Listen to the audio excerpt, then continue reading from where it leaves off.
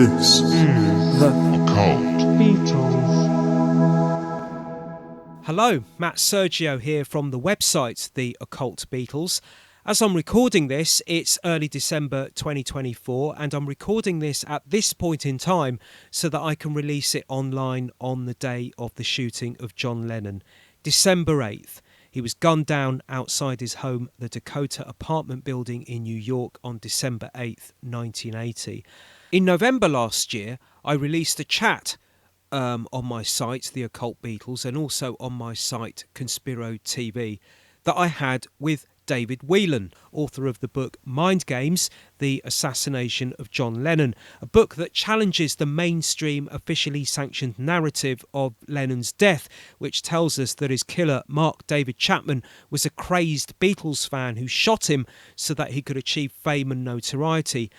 David, a British TV producer and former television news researcher, really put the legwork in for the research of this book, speaking to most of the people who were there when Lennon was shot, including police, the doctors and nurses, witnesses at the scene, Dakota staff and others. At the time I released the chat with David, the book hadn't yet come out. It was just days away from being made available publicly, and so I hadn't read the book as a result. That is until a few weeks ago, and that's what this presentation here is all about. Some of what's featured in the book, some of what I found interesting and that I'd like to share with you. Now, this isn't a full-on blow-by-blow, page-by-page deep dive into the book. If you want to check out all the info in the book in full, best thing to do is buy it. Also, quite a lot of what is in the book, David and I did talk about in our chat in November 2023, and you can find that conversation, that chat, at some of my sites, at ConspiroTV, also at The Occult Beatles, and also at my Spreaker page. You can find it under the title A Chat with David Whelan, John Lennon. Now, in that conversation, during that conversation, David goes into detail about why he strongly believes that Chapman was, to paraphrase him, a Manchurian patsy. In other words, was mind-controlled into thinking that the gun he was holding was the gun that killed Lennon, but that actually, unknown to Chapman, who was in a mind-controlled state, was filled with blanks. In other words, there was a second shooter on the scene. That's what Whelan believes. The real killer of Lennon. There was somebody else there who was doing the shooting. Somebody else there with a gun, with real bullets, doing the actual shooting and the killing of Lennon. And for example, according to the official narrative, and also according to Chapman himself, he fired 5 times. He shot John 4 times in the back as John was making his way with his wife Yoko Ono towards the entrance of the Dakota apartment building. But the doctor and nurses who tended to Lennon in the hospital, who fought to save his life, have insisted that he was shot 4 times in the front.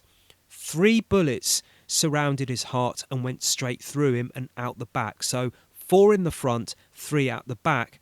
The doctor on examining Lennon, Dr. David Whelan, is of the strong opinion that there is no way that Chapman could have shot Lennon from where he was standing behind him, even if Lennon had turned around to look at Chapman, as some versions of the mainstream narrative have told us.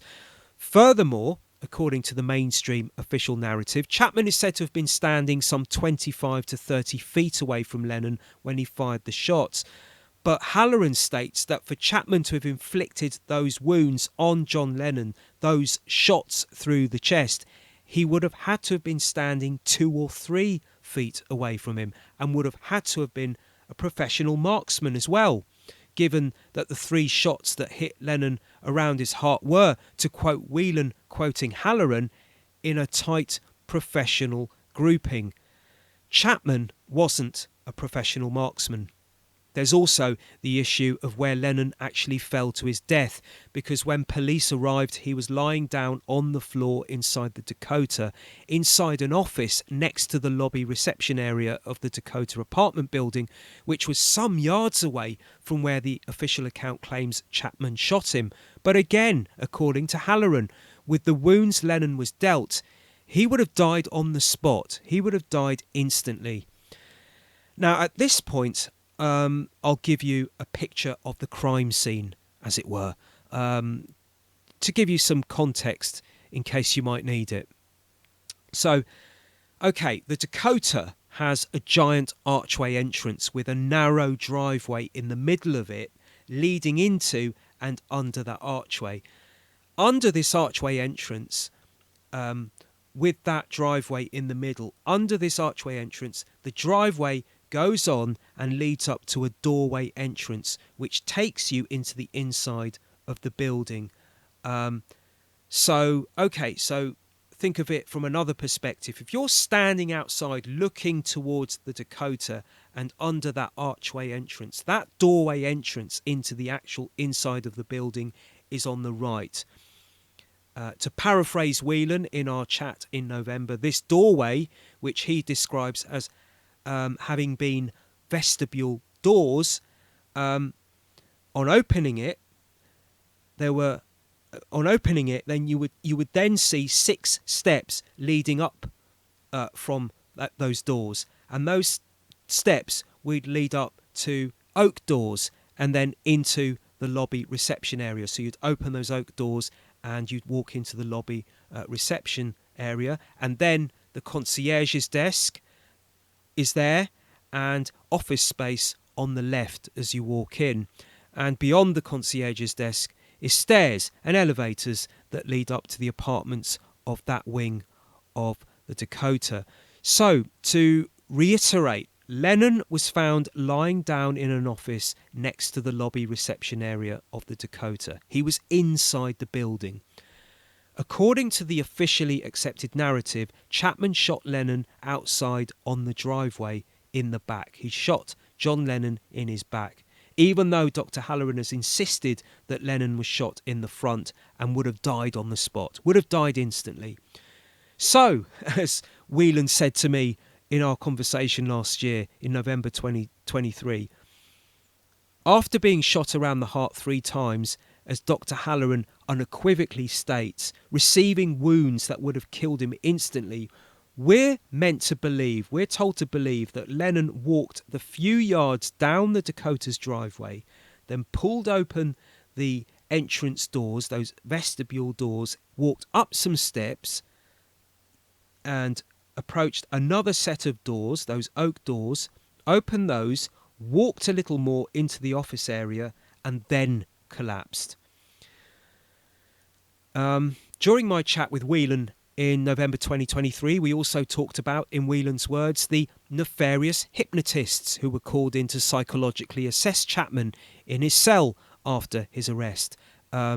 Nefarious hypnotists who were headed by one of them, Milton Klein, a hypnotist who's been linked to the CIA's mind control program, Operation Bluebird.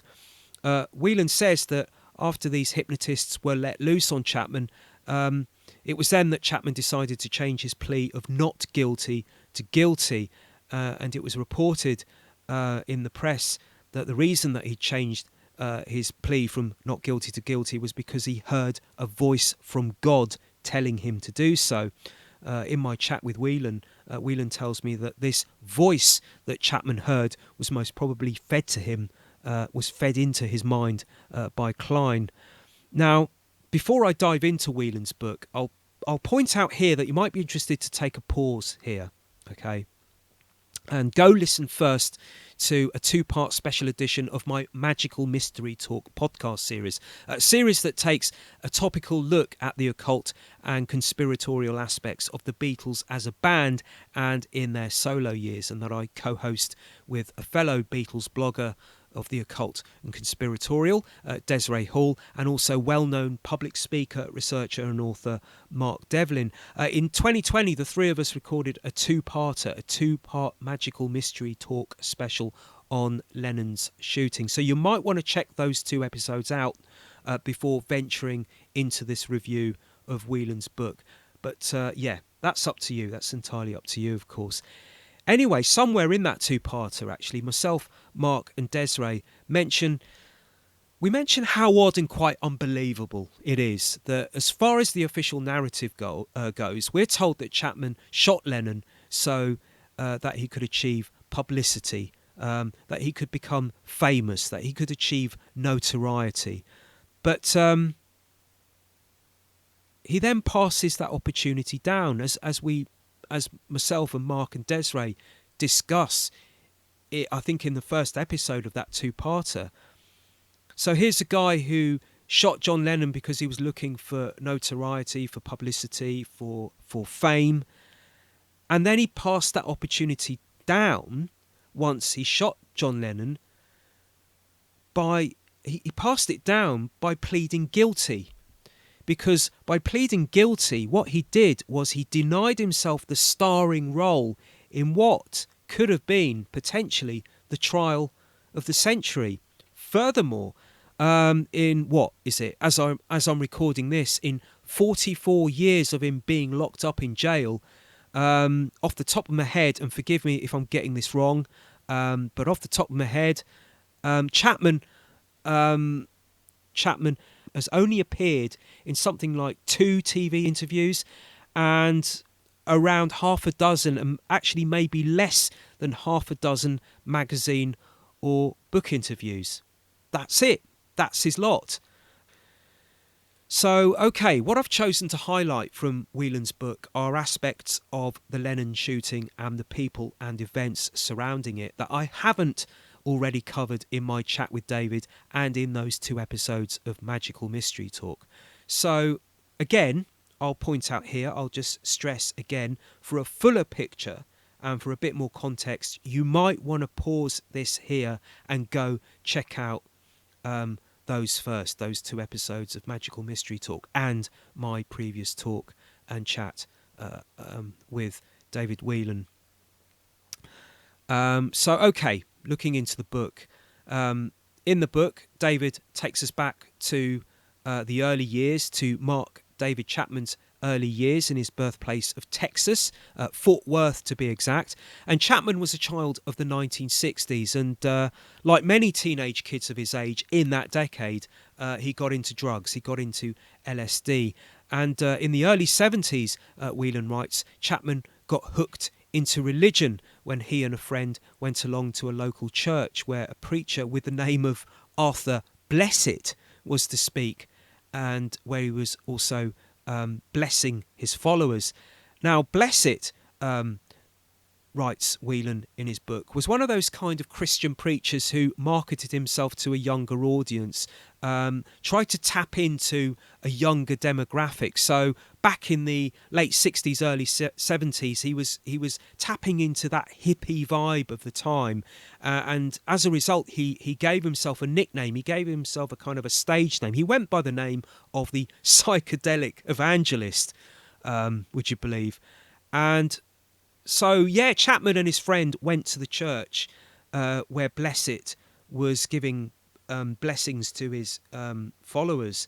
But the reason that Chapman and his friend went to the church, decided to go to the church, wasn't because they were going there to get a blessing from Blessitt. They weren't actually followers of Blessitt. They were actually going there with the intention of making fun of Blessitt and his gullible followers. But what happened was Chapman went into the church with the intention of mocking Blessitt and his followers, and actually came out of the church embracing Jesus.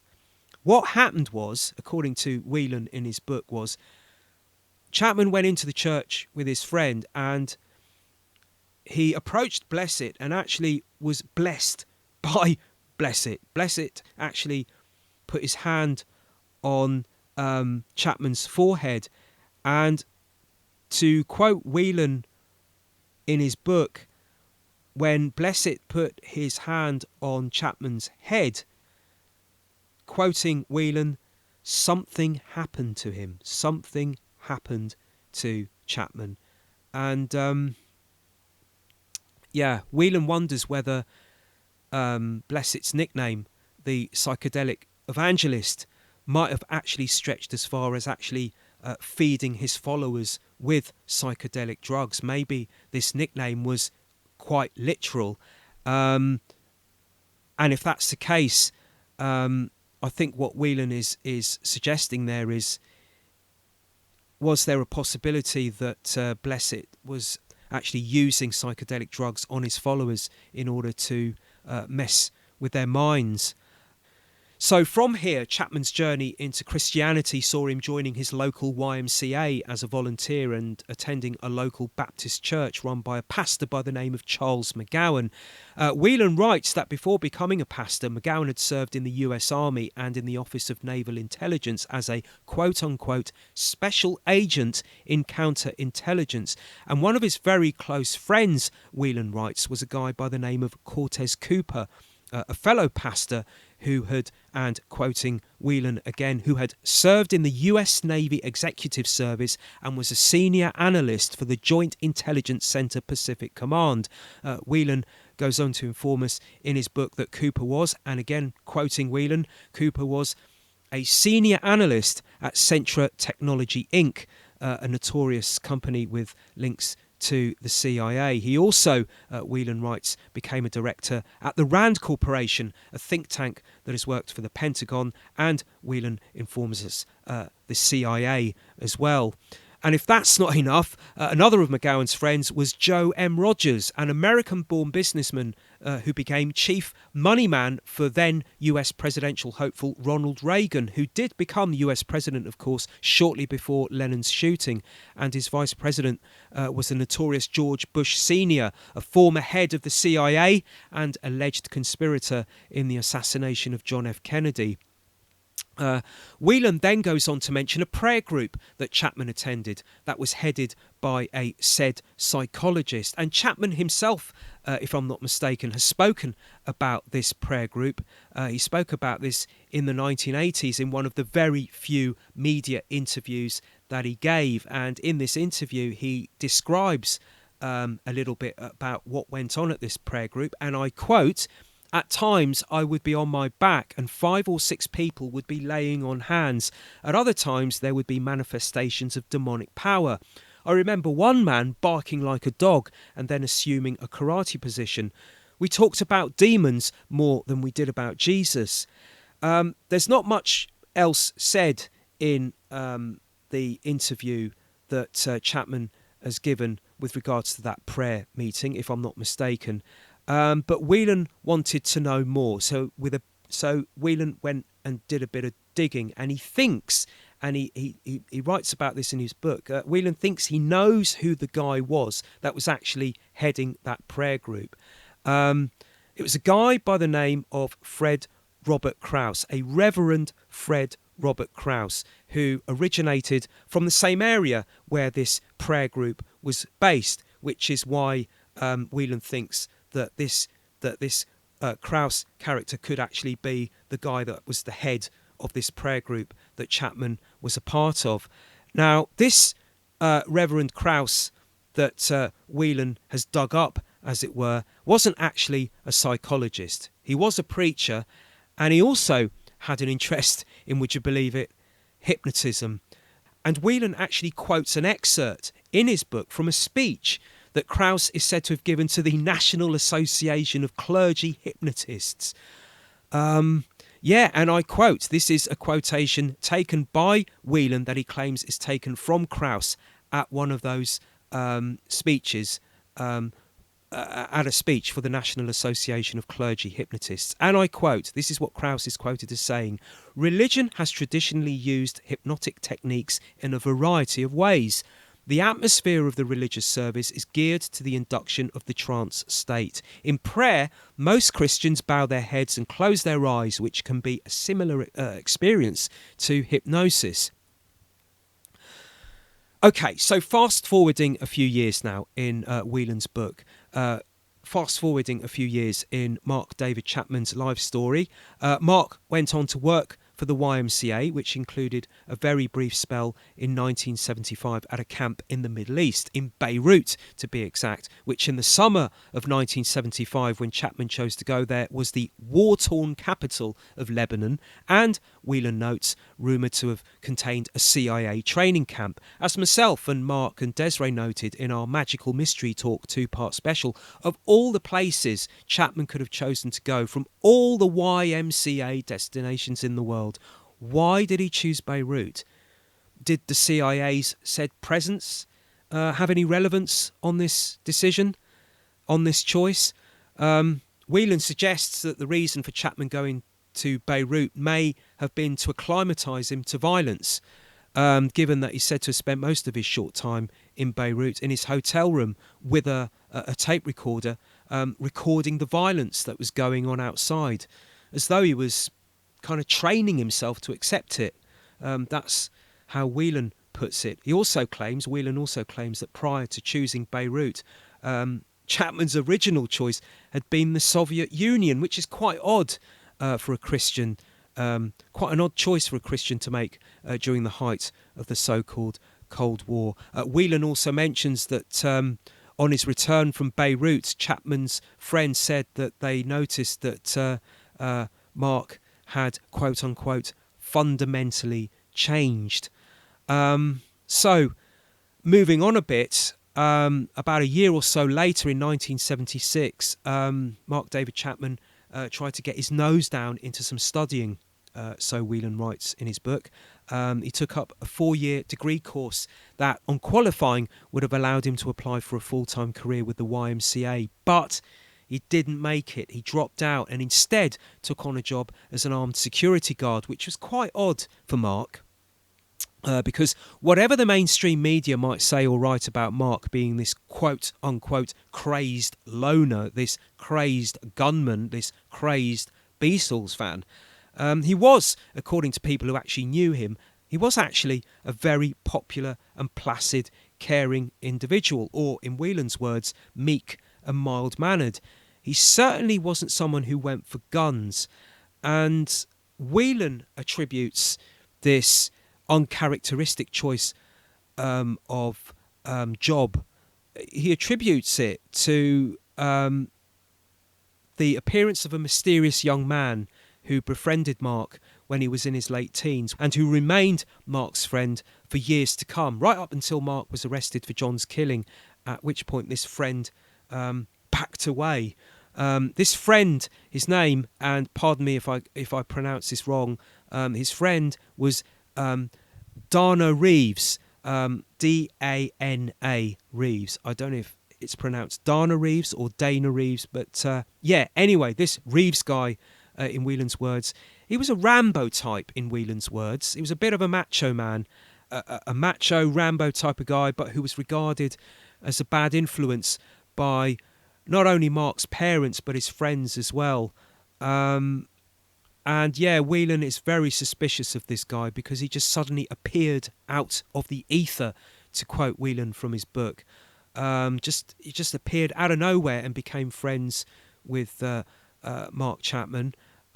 He worked as a security guard and then he became a police officer. Now, according to people who knew Mark, whenever Dana would walk into a room where Mark was, whenever Reeves would walk into a room where Mark was, Mark would see Reeves and his personality would change. His behaviour would adapt so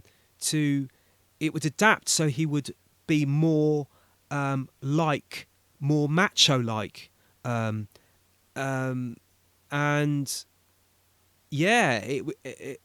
was thanks to Reeves that Mark began to get an interest in guns.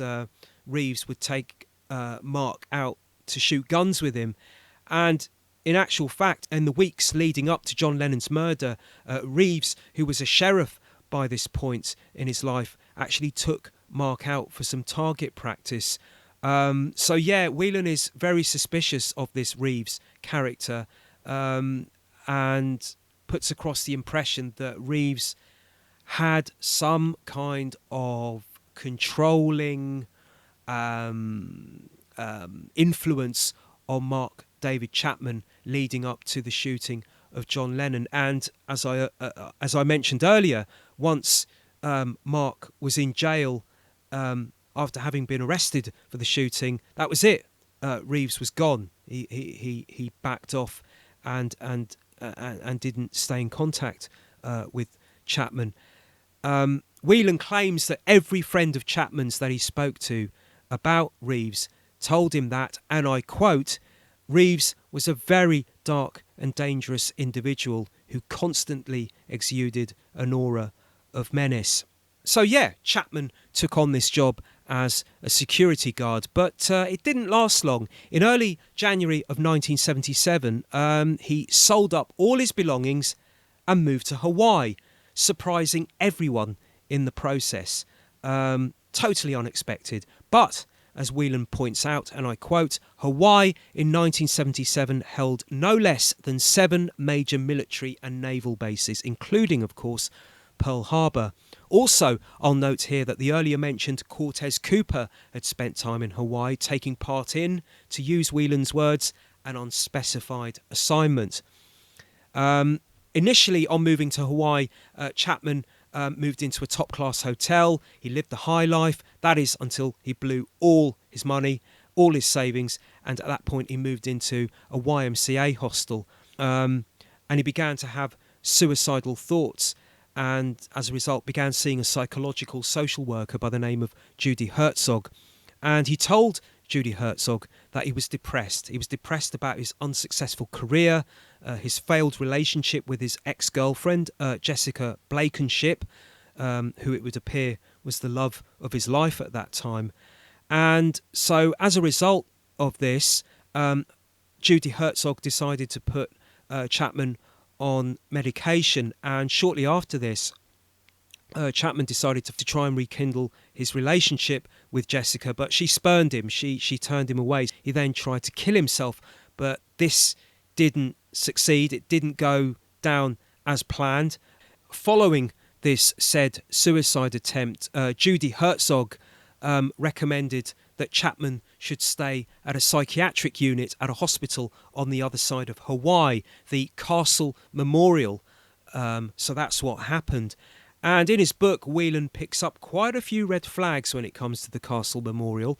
For example, he notes that it was run by the Seventh-day Adventist Church, which in the 1950s and 60s had made an arrangement with the US military to supply them with volunteer human guinea pigs who were given experimental pathogens to help in the research of biological weapons. Now, Whelan doesn't go into too much more detail than that, but I was intrigued to find out more. So I took a brief look into this myself, and indeed have discovered that a group of American soldiers, indeed, during the 1950s, who were Seventh-day Adventists and conscientious objectors, they did indeed volunteer to take part in such experiments. To be more exact, the US Army used these people to test vaccines against biological weapons in what was titled an operation that was titled Operation Whitecoat.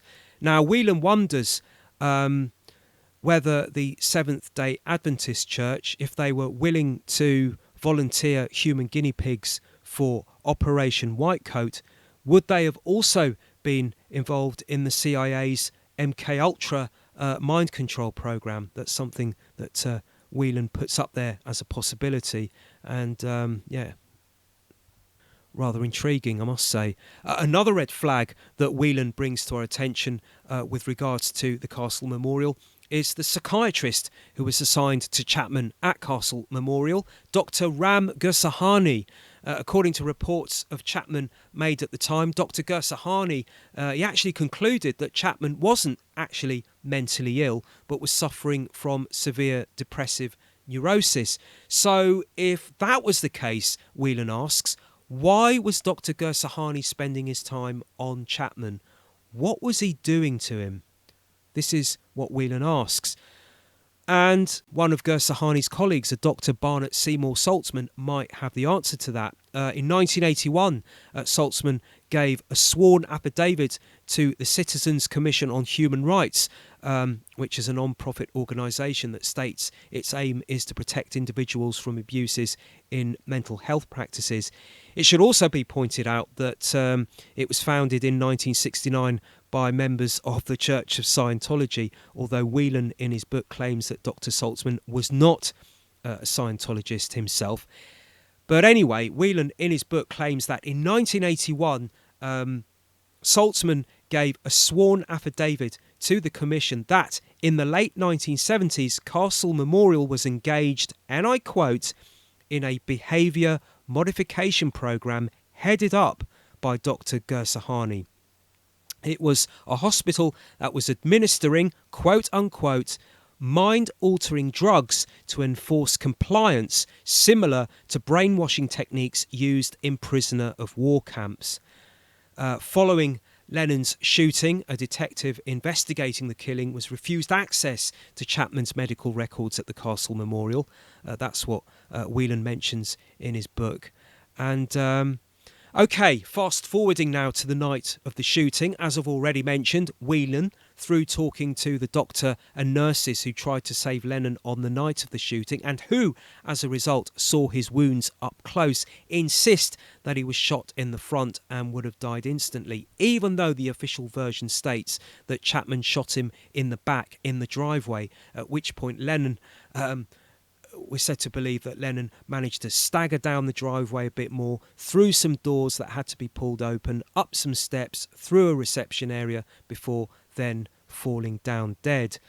Now, this mainstream narrative was bolstered by New York City's chief medical examiner of the time, Dr. Elliot Gross.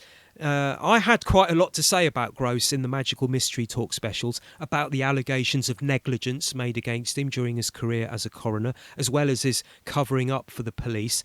And that's not with regards to Lennon. This is with regards to other allegations of negligence made by others. And Whelan also went into this during our chat in 2023, and in his book suggests that Gross might have been placed there in that job at the time he was in order to help in the cover-up of Lennon's death, because, Whelan writes, Gross was made chief medical examiner for New York City just a year or so before Lennon's death in 1979, and he was made chief medical examiner for New York City in 1979 after his predecessor Michael Baden was removed from the position by the then Mayor of New York after receiving complaints about Baden's work, although Baden in later years won $100,000 in a wrongful termination suit for that decision.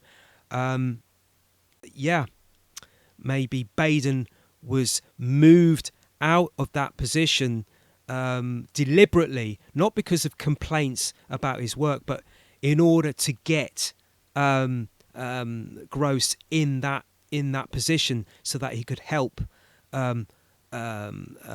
reinforce and bolster the mainstream narrative when it came to the shooting of John Lennon. And to add to this possible scenario, Whelan also notes that, interestingly, Baden was chairman of the US House Select Committee on Assassinations. He was on the forensic pathology panel, if I'm not mistaken, of the US House Select Committee on Assassinations, which concluded that, and I quote, and I'm quoting here from Whelan's book, and I quote, they concluded that there is a likelihood that Martin Luther King's assassination was the result of a conspiracy, and that John F. Kennedy's was probably as a result of a conspiracy as well.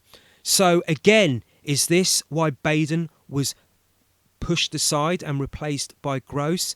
Not only because Gross would be more supportive towards bolstering a mainstream narrative with regards to the shooting of Lennon, but also because Baden wouldn't have been. It's worth thinking about. Very intriguing. There's also an issue, Whelan writes, regarding the type of bullets that are said to have been fired by Chapman. Chapman has said he used hollow point bullets, but two of the bullets said to have been collected by the New York police from the crime scene and that have been made public in 2012 contradict this, because only one of those bullets is a hollow point bullet, the type that mushrooms at the top after firing. The other is a normal lead bullet. And Whelan argues that, again, this is evidence of a second shooter. And with regards to a possible second shooter, Whelan reveals in his book that one of the detectives on the Lennon case, Ron Hoffman, admitted to Whelan, that he seriously wondered whether there was indeed a second shooter based on some evidence that he himself had received back in 1980-81. If you read Whelan's book, Whelan gets a bit more into that. And if you choose to read Whelan's book, you'll also notice that he mentions some footage of Hoffman that was taken barely an hour after Lennon's death, and in which Hoffman can be seen getting quite angry with journalists because they've heard about the possible involvement of a second shooter, and they ask him about it. And yeah, Hoffman gets quite angry about this. In his book, Whelan also goes over the numerous witness accounts from the night of the shooting, including from those working at the Dakota on the night and also passers-by, and he highlights the contradictions and, in some cases, in Whelan's view, downright lies in some of the accounts. Whelan and I looked very briefly at one or two of the witness accounts during our chat in November 2023. And yeah, we agreed that, in some cases, some of those contradictory accounts, you could put those down to a genuine lapse of memory, because here we have people who have witnessed a traumatic event. You can't blame these people for having a bit of a lapse in memory. It's to be understood and to be sympathised with. But there are other accounts that Whelan has picked up on that go way beyond them being a lapse of memory. He has doubts, especially regarding the accounts and suspicions regarding the accounts of the Dakota's concierge on the night, Jay Hastings. That's the name of the concierge. Whelan goes into some detail about this in his book and notes that Hastings actually refused to give a statement to the police after the shooting, even though he was there and was a witness. Quite strange. Whelan also has questions to ask about Yoko Ono, whose statements regarding what happened that night are, to quote Whelan, contradictory and muddled. What's generally accepted is that both she and John arrived outside the Dakota building together, having been driven there in their limousine. They both got out of the limo and headed towards the building and inside it. And this is where it gets muddy, because it's not exactly clear where she was when John was shot and what she witnessed. Although Whelan points out, and this is very important to point out, that Yoko, in all her statements that she's given, however contradictory they've been, has never said she saw Mark Chapman shooting Lennon. Now, in a couple of accounts that have been collected that Yoko has given, Yoko says that she was walking behind John when he got shot. So if we're to believe that and envisage it within the framework of the mainstream narrative that Chapman was behind Lennon when he shot him, how is it then that Yoko, who would have been behind Chapman when the shooting happened, how is it that she's never mentioned seeing Chapman firing at her husband? Because she would have seen it, right? She was in the right position. And if she did follow John into the Dakota building, are we to believe that after Chapman fired the shots, she walked or perhaps ran past Mark Chapman so that she could follow her husband into the building? To quote Whelan here, none of this makes sense. And to add more confusion to the confusion, if you read the statements that have been attributed to Yoko about what she claims she saw and experienced, there are some where she clearly describes how it wasn't until John went inside, actually walked past the door into the reception area, that she and John acknowledged the sound of gunshots. They acknowledged gunshots. So this flies in the face, doesn't it, of the mainstream supported official narrative that has Lennon being shot in the back by Chapman outside on the driveway. Chapman wouldn't have been able to shoot Lennon from his position on the driveway once Lennon had gone through the doors into the reception. She also said in one of her statements that when she was making her way into the Dakota building, she, and I'm quoting her here, "I heard shots very near. I thought it could be a tyre. It did not occur to me that he, John, was hit." Okay, to quote Whelan in reply to this statement, how could Ono not feasibly know her husband had been hit? Also, how can 5 gunshots be mistaken for a blown tyre? Whelan also underlines the accounts of 3 police officers on the scene who all stated that when they arrived at the scene of the shooting and found John inside the Dakota in an office next to the reception, they found him lying face down on the floor bleeding. Why, Whelan asks, was he left that way? Why wasn't his wife tending to him? Why did she leave him like that? Whelan also has questions to ask about the lack of personal bodyguards on the day of John's killing. He turns our attention to former BBC radio DJ Andy Peebles, who was one of the last people to interview John Lennon before his death in December 1980. Whelan spoke with Peebles, who told him that throughout his whole time with John and Yoko during December 1980, there was always 2 burly armed bodyguards in attendance who never left the couple's side. But on the night of Lennon's shooting, the 2 bodyguards were nowhere to be seen. This allegation isn't entirely exclusive to Whelan, actually. It was reported on by the media some years back, but it's interesting to mention wherever it originates from. In his book, Whelan claims that Yoko was the one who was responsible for the hiring of bodyguards, and apparently, Whelan writes, those 2 burly armed bodyguards that people saw were given 2 days leave in the days leading up to John Lennon's shooting.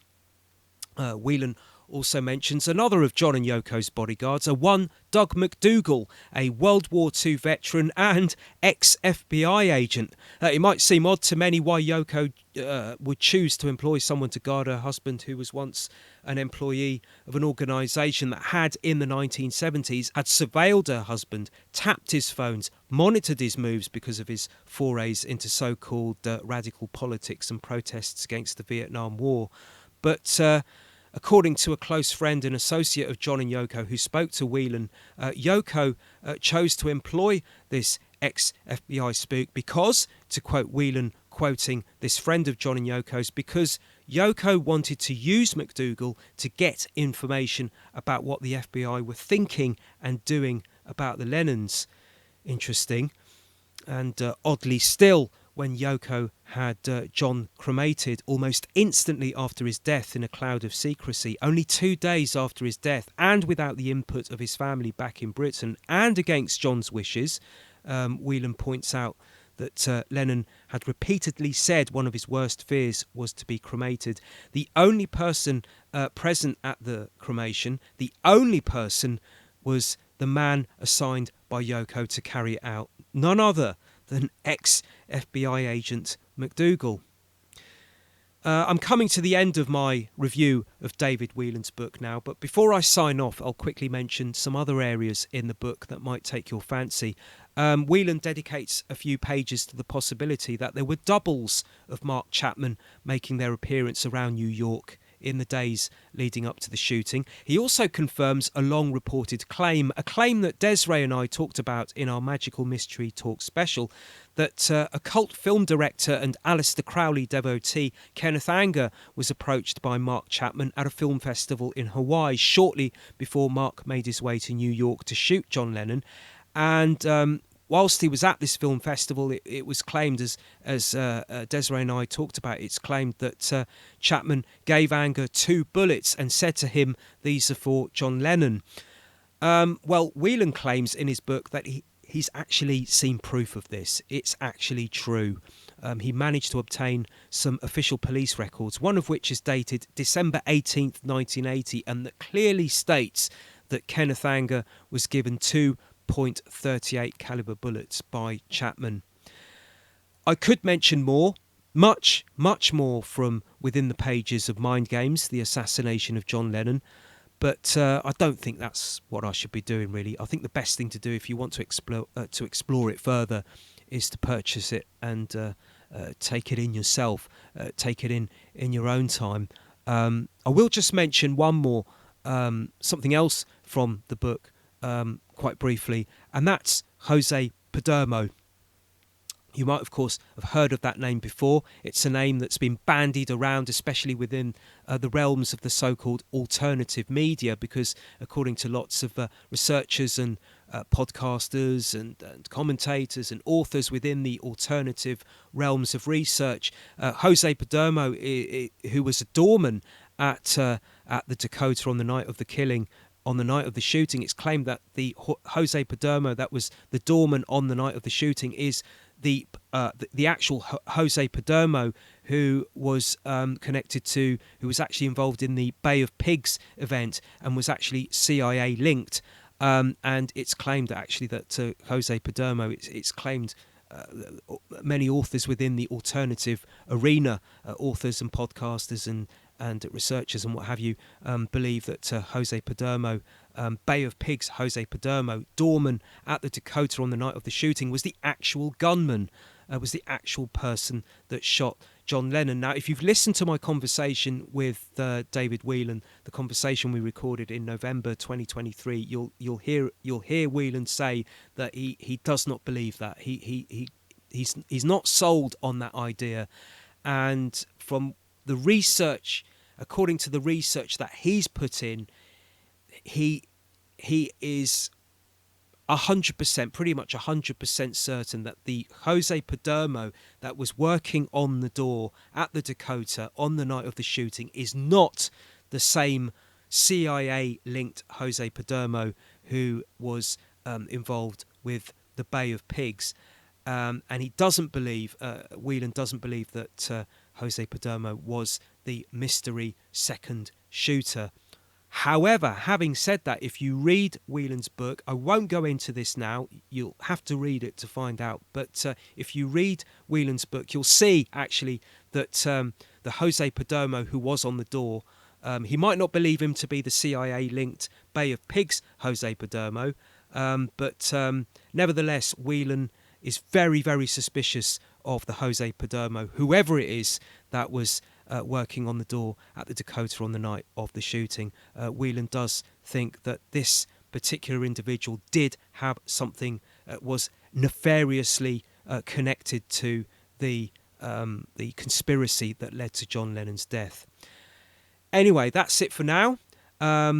Before I toodle off, don't forget to check out my site, The Occult Beatles. I'll leave you with that reminder, as well as don't forget to check out my other site, ConspiroMedia, a site that aims to explore the 1960s so-called counterculture of the UK and signs of it having been a social engineering project. There's also my Facebook page, which is an amalgamation of ConspiroMedia and The Occult Beatles and then some, and you can find that at facebook.com/ConspiroMedia/. That's facebook.com/ConspiroMedia/. Well, that's it. Until the next time.